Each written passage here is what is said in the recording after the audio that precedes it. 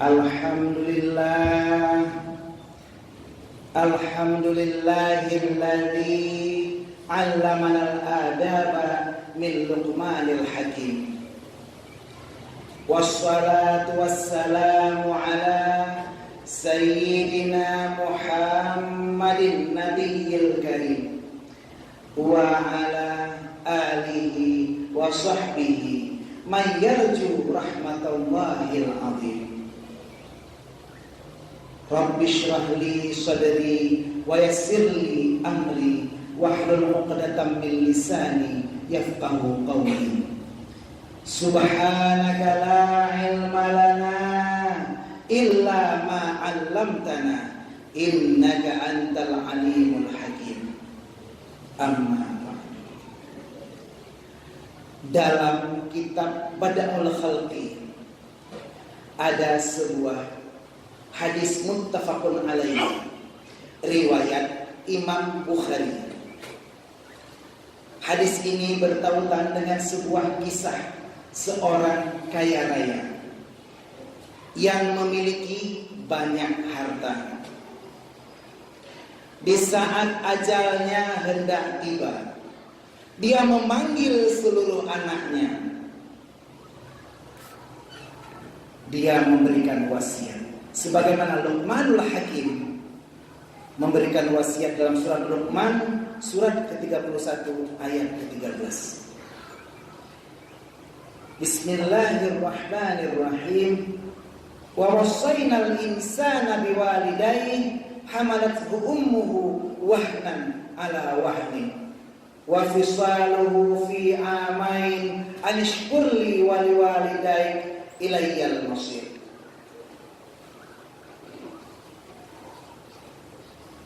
Setelah ajalnya tiba, orang kaya tersebut dikuburkan dan dihadiri oleh semua anaknya.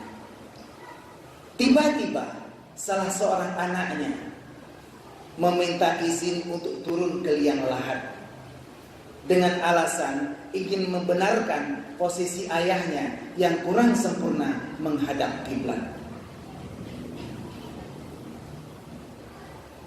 Setelah dia turun beberapa waktu lamanya, para saudaranya pun curiga. Ternyata anaknya tersebut telah meninggal di samping jenazah ayahnya. Yang lebih mengherankan lagi, di sampingnya ada sebuah surat jual beli. Dan posisi tangan ayahnya sudah keluar dari kain kafan dan ditempelkan tinta pada jempolnya. Allah berkehendak lain. Allah cabut nyawa anak tersebut di samping jenazah ayahnya. Alhamdulillah, hari ini kita berada di dalam bulan Muharram sebagai awal tahun baru Islam, sebagai starting point kita merubah hidup kita dan anak kita dengan mendidik generasi melalui cara yang Islami, agar tidak terulang kembali adanya anak yang bersikap seperti kisah barusan tadi. Sholawat beriring salam mari selalu kita dendangkan kepada seorang pemuda tampan, sang revolusioner alam yang tak lain dan tak bukan baginda Rasulullah sallallahu alaihi wasallam, di mana Rasulullah mengajarkan kepada anandanya bagaimana bersikap kepada orang tua, mengikuti cara Luqmanul Hakim yang ditabalkan sebagai salah satu nama dalam surat Al-Quran, dalam surat ayat ke-13. Wa idh qala Luqmanu li ibnihi wa huwa ya'iduhu ya bunayya la tusyrik billah innasyirka la dzulmun 'adzim.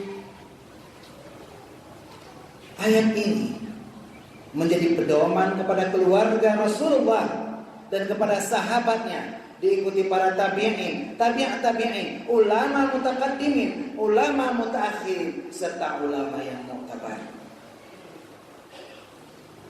Para pengikut Rasulullah juga mengikuti lanjutan Luqmanul Hakim dalam ayat ke-15.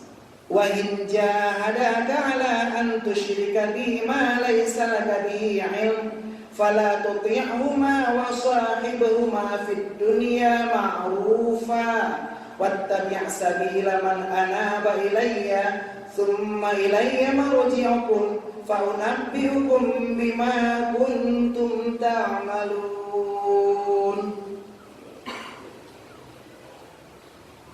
Dan jika keduanya memaksamu untuk mempersekutukan aku dengan sesuatu yang engkau tidak mempunyai ilmu tentang itu, maka janganlah engkau menaati keduanya dan pergaulah keduanya di dunia dengan baik, dan ikutilah jalan orang yang kembali kepadaku, kemudian hanya kepadaku tempat kembalimu, maka aku beritahukan kepadamu apa yang telah engkau kerjakan. Kata-kata ikraman wa ta'dhiman ulun tuan kepada Al-Mukarram Imam Syekh Masjid Kutablah. Seterusnya kepada Imam Rawatib, Naib Imam, Muazzin, dan seluruh pengurus serta panitia pembangunan masjid, Bapak Geshi, Abi Irfan, Imam Gampung, serta seluruh perangkat desa. Dan teristimewa kepada Abu, Abi, Tengku, Abia, serta para jamaah seluruhnya yang telah hadir di masjid yang berbahagia ini, yang mengikuti apa yang diajarkan oleh Luqmanul Hakim dalam sambungan ayat, Ya bunayya innaha in takum mithqala habbatin min khardalin fatakum fi sakhratin aw fis samawati aw fil ard ya'ti biha Allah innallaha latifun khabir. Wahai anakku, laksanakanlah salat dan suruhlah manusia berbuat yang ma'ruf dan cegahlah mereka dari yang mungkar. Jika ada sesuatu perbuatan seberat biji sawi dan berada dalam batu atau di langit dan di bumi, niscaya Allah akan memberinya balasan. Sesungguhnya Allah Maha halus lagi Maha teliti. Ma'asyiral muslimin wa zumratal mu'minin rahimakumullah. Betapa mulianya Allah Subhanahu wa taala yang mengajarkan kita dari 4 ayat yang telah dibacakan sebelumnya, di mana ayat-ayat ini mengandung 3 metode pendidikan Islami. Dalam surat Luqman ayat 14 dan 15 diajarkan bagaimana kita berakhlak dan beretika kepada orang tua. Dalam surat ke-13 diajarkan tentang pelajaran tauhid ataupun mengesahkan Allah Ta'ala. Sedangkan di ayat ke-16 diajarkan bahwa segala sesuatu amalan yang kita lakukan akan diberikan pahala oleh Allah Subhanahu wa Ta'ala. Ketiga hal tersebut dirangkum dalam 3 ilmu, tasawuf, tauhid, dan fikih. Dalam 15 menit akan kita coba bahas ketiga ilmu ini yang menjadi patokan dan dasar mendidik anak secara Islami. Kaum ayah metuah asal syurga Allah. Yang pertama, ilmu tasawuf. Dalam ayat ke-14 dan 15 barusan dijelaskan bagaimana seorang anak beretika dan berakhlak kepada orang tuanya. Orang tua yang sudah merawat kita, terlebih lagi ibunda yang sudah mengandung kita selama 9 bulan. 9 bulan itu artinya 9 kali 30 hari, kali 24 jam, kali 60 menit, kali 60 detik. Orang tua menjaga kita. Bahkan setelah itu, wa fisaluhu fi amain. Beliau juga menyusui kita selama 2 tahun. Dalam surat Al-Isra ayat 23 dijelaskan, wa qada rabbuka alla ta'budu illa iyyah wa bil walidayni ihsana imma yablughanna 'indaka al-kibara ahaduhuma aw kilahuma fala taqul lahuma uffin wa la tanharhuma wa qul lahuma qawlan karima. Berbuat baiklah kalian kepada orang tua, janganlah kalian berkata ah. Allah berfirman, Rasul bersabda, dan Uki berkata, dasar hukum Islam ada 4. Al-Quran, hadis, ijma' ulama, serta kias. Ayat ini menjelaskan kias aulawi, di mana kata ah saja tidak boleh diucapkan kepada orang tua. Si pakrom terlebih hebat. Orang tua adalah lambang kelembutan. Orang tua adalah sumber kerinduan. Mereka umpama samudra yang tak pernah lelah mengusap pantai. Begitulah ungkapan dari anak yang soleh, yang patuh kepada kedua orang tuanya. Anak-anak yang menggores luka di hati orang tua, niscaya pintu neraka bergetar rindu ingin melahapnya. Tidak sedikit kita yang melupakan jasa orang tua, bahkan menjadi bumerang bagi kedua orang tua kita. Yang diingini oleh orang tua kita adalah pelanjut sejarah. Justru yang terjadi, banyak di antara kita yang tidak peduli. Di masa depan bahkan enggan berbakti, tidak berbudi pekerti, memupuskan harapan bangsa dan agama yang merupakan anjuran Rabbani. Allah bercerita bagaimana Luqmanul Hakim mendidik anaknya dengan ilmu tasawuf sehingga mengerti dan memahami bagaimana akhlak yang mahmudah atau akhlak yang mulia. Ma'asyiral jamaah mutuah asal syurga Allah. Yang kedua, Luqmanul Hakim mendidik anaknya dengan ilmu tauhid. Dalam ayat ke-13 kita telah bacakan, wa idz qala Luqmanu li ibnihi wa huwa ya'iduhu ya bunayya la tusyrik billah. Dan ingatlah ketika Luqman berkata kepada anaknya, ketika memberi pelajaran kepada anaknya, wahai anakku, janganlah engkau mempersekutukan Allah. Sesungguhnya mempersekutukan Allah adalah kezaliman yang paling besar. Mengesahkan Allah atau mentauhidkan Allah adalah cerminan dari akhlak mulia yang telah diajarkan dalam ilmu tasawuf. Rasulullah Shallallahu Alaihi Wasallam bersabda dalam sebuah hadis riwayat Tirmizi, "Akmalul mu'minina imanan ahsanuhum khuluqan." Sesempurna-sempurnanya orang beriman dalam berakhlak adalah orang yang paling mulia akhlaknya. Disinilah kaitan antara ilmu tasawuf dengan ilmu tauhid. Tauhid adalah masdar atau derivatif dari wahada yuwahidu tauhidan yang berarti satu. Sehingga kita pahami bahwa hanya ada satu ilmu tauhid. Agama Islam adalah satu-satunya agama yang mengajarkan beribadah kepada Tuhan yang satu. Kita ketahui ada agama Persia yang mengajarkan adanya dua Tuhan, Ahriman dengan Ahura Mazda. Satu Tuhan yang mengajarkan kebaikan dan satunya lagi Tuhan kebaikan dan Tuhan kejahatan. Agama Kristen mengajarkan ada tiga Tuhan, Tuhan Allah, Tuhan Yesus, dan Roh Kudus. Agama Katolik mengajarkan ada 4 Tuhan, Tuhan Bapa, Tuhan Anak, Bunda Maria, dan Roh Kudus. Sehingga kita yakini dan kita percaya dengan tauhid hanya Islam sebagai inna dina indallahil Islam, satu-satunya agama yang mengajarkan menyembah kepada Allah yang Maha Esa. Inilah yang harus kita ajarkan kepada ananda kita tercinta, bagaimana dia memahami tentang tauhid agar bisa menjalani kehidupan sehari-hari dalam bingkai kehidupan bermasyarakat, berbangsa, dan beragama. Allahumma ja'al akhira kalamina inda intihai ajalina minad dunya qaula la ilaha illallah. Ya Allah, ya Tuhan kami, jadikanlah kami semua yang hadir di masjid hari ini, anak-anak kami, keluarga kami, akhir kalam kami adalah kalimat tauhid, la ilaha illallah. Ado dan adul mutuah, asal syurga Allah.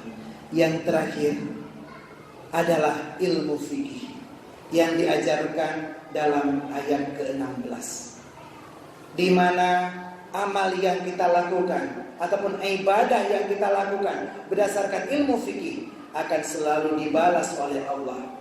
Seperti kita hari ini yang telah hadir dan beriktikaf di masjid ini, Rasulullah pernah bersabda kepada kita, "Idza ra'aitumur rajula ya'tadul masjida fashhadu lahu bil iman." Apabila engkau melihat orang-orang yang terpaut hatinya dengan masjid, maka saksikanlah bahwa mereka adalah orang yang beriman. Sebegitu besar makna sholat sebagai salah satu ibadah yang diajarkan dalam ilmu fikih.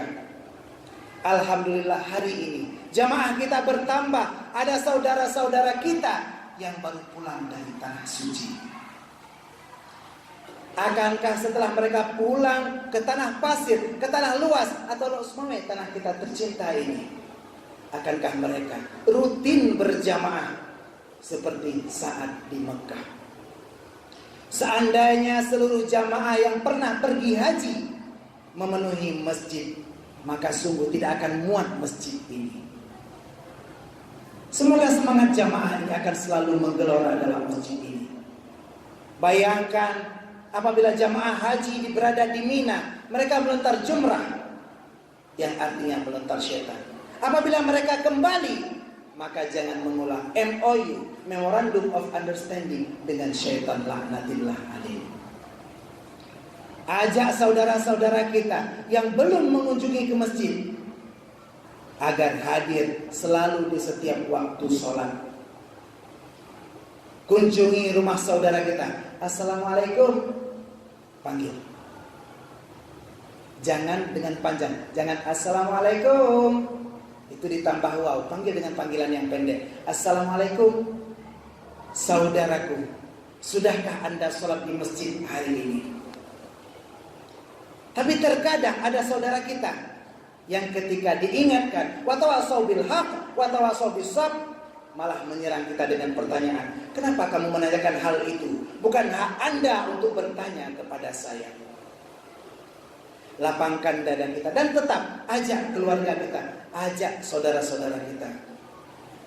Begitu banyak tetangga kita yang saat ini tidak lagi ke masjid karena sekarang hidupnya sudah makmur. Dulu waktu hidupnya miskin, sholat di masjid 5 waktu sehari. Tapi sekarang terkadang hanya setahun sekali, itu pun saat Idul Adha, sambilan nunggu kupon kurban. Mulai hari ini kita gunakan momentum untuk belajar ilmu fikih dan mengajar orang untuk beribadah sesuai ilmu fikih. Ajak teman-teman saat kita ngopi, jelaskan, bro, ayo kita ke masjid. Apa yang kita kejar dari dunia ini?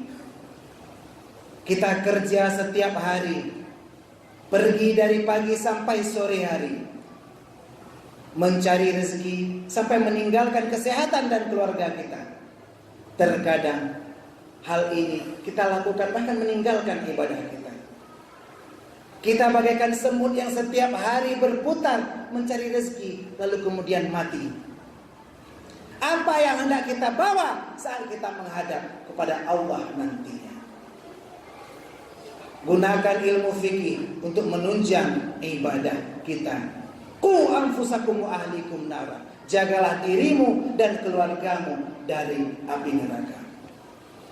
Inilah saja yang dapat saya sampaikan dalam waktu singkat ini. Di tanah suci, dari Rukun Yamani sampai Hajarul Aswad, para jamaah haji membaca doa Rabbana Atina.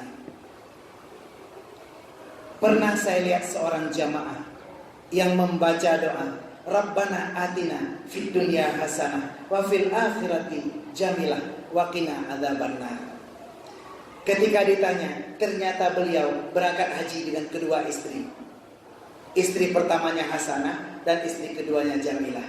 Sehingga akan marah salah satu istrinya apabila tidak disebutkan. Akan tetapi bagi seluruh jamaah yang ada di sini, Rasulullah berpesan, man arada dunya fa alaihi bil ilmi, wa man arada al akhirata fa alaihi bil ilmi, wa man aradahuma ma'an fa alaihi bil ilmi. Barang siapa di antara kita dan kita yang ingin sukses dunia dan akhirat, Rabbana atina fid dunya hasanah wa fil akhirati hasanah, hendaklah kita memiliki ilmu tastafi, ilmu tasawuf, tauhid dan fikih. Kita masuki rukun 2 al-khutbah. Alhamdulillahilladzi amarna bil ibadah. Asyhadu an la ilaha illallah wahdahu la syarika lah. Wa asyhadu anna sayyidana Muhammadan abduhu wa rasuluh la nabiyya ba'dah. Allahumma salli wa sallim ala sayyidina Muhammadin hadiyil ummah wa ala alihi wa sahbihi wa mawalah wa man tabi'ahu ila yaumil qiyamah. Amma ba'du fa ya ibadallah ittaqullaha sirran wa alaniyah tajidu 'indaha fawzan wa najah. Wa qala ta'ala fil Qur'anil 'azim wa huwa asdaqul qailin. A'udzu billahi minasy syaithanir rajim. Bismillahirrahmanirrahim. Wa wassaynal insana biwalidayhi hamalathu ummuhu wahnan 'ala wahn wa fisaluhu fi 'amain an ishkur li wa liwalidayk ilayyal masir. Shadaqallahul azim. Barakallahu li wa lakum fil Qur'anil azim wa nafa'ani wa iyyakum bima fihi minal ayati wadh dhikril hakim wa taqabbala minni wa minkum tilawatan